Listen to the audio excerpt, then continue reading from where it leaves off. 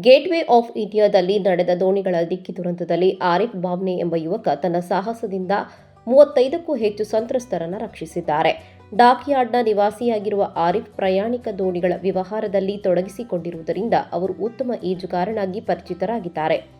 ಡಿಕ್ಕಿಯ ನಂತರ ಸುಮಾರು 30 ನಿಮಿಷಗಳ ಕಾಲ ಯಾವುದೇ ರಕ್ಷಣಾ ತಂಡಗಳು ಸ್ಥಳಕ್ಕೆ ಆಗಮಿಸದ ಕಾರಣ ಆರಿಫ್ ತಮ್ಮ ಈಜು ಕೌಶಲ್ಯವನ್ನು ಬಳಸಿಕೊಂಡು ತಕ್ಷಣವೇ ನದಿಯಲ್ಲಿ ಮುಳುಗುತ್ತಿದ್ದ ಸಂತ್ರಸ್ತರನ್ನು ರಕ್ಷಿಸುವ ಕಾರ್ಯಕ್ಕೆ ಮುಂದಾದರು. ಅವರ ತಕ್ಷಣದ ಕಾರ್ಯಪ್ರವೃತ್ತಿಯಿಂದಾಗಿ ಅನೇಕ ಜೀವಗಳನ್ನು ಉಳಿಸಲು ಸಾಧ್ಯವಾಯಿತು. ಸಂತ್ರಸ್ತರು ಮತ್ತು ಅವರ ಕುಟುಂಬ ಸದಸ್ಯರು ಆರಿಫ್ ಅವರ ಈ ಶೌರ್ಯವನ್ನು ಹೃದಯಪೂರ್ವಕವಾಗಿ ಪ್ರಶಂಸಿಸಿದ್ದು, ಸ್ಥಳೀಯರು ಈ ಸಾಹಸಿ ಯುವಕನನ್ನು ಗೌರವಿಸಲು ವಿಶೇಷ ಸನ್ಮಾನ ಕಾರ್ಯಕ್ರಮಗಳ ಸಿದ್ಧತೆಯನ್ನು ಮಾಡುತ್ತಿದ್ದಾರೆ.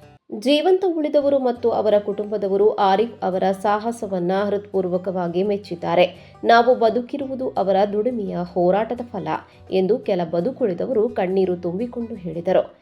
ಈ ದುರಂತವು ಸುರಕ್ಷತಾ ಕ್ರಮಗಳ ಕುರಿತಂತೆ ಅನೇಕ ಪ್ರಶ್ನೆಗಳನ್ನು ಎಬ್ಬಿಸಿದೆ. ಸೂಕ್ತ ರಕ್ಷಣಾ ತಂಡಗಳು ತಕ್ಷಣ ತಲುಪಿಲ್ಲ ಎಂಬುದು ವ್ಯವಸ್ಥೆಯಲ್ಲಿ ಬೇರೆಯಾದ ಅಪಾಯವನ್ನು ತೋರಿಸುತ್ತದೆ.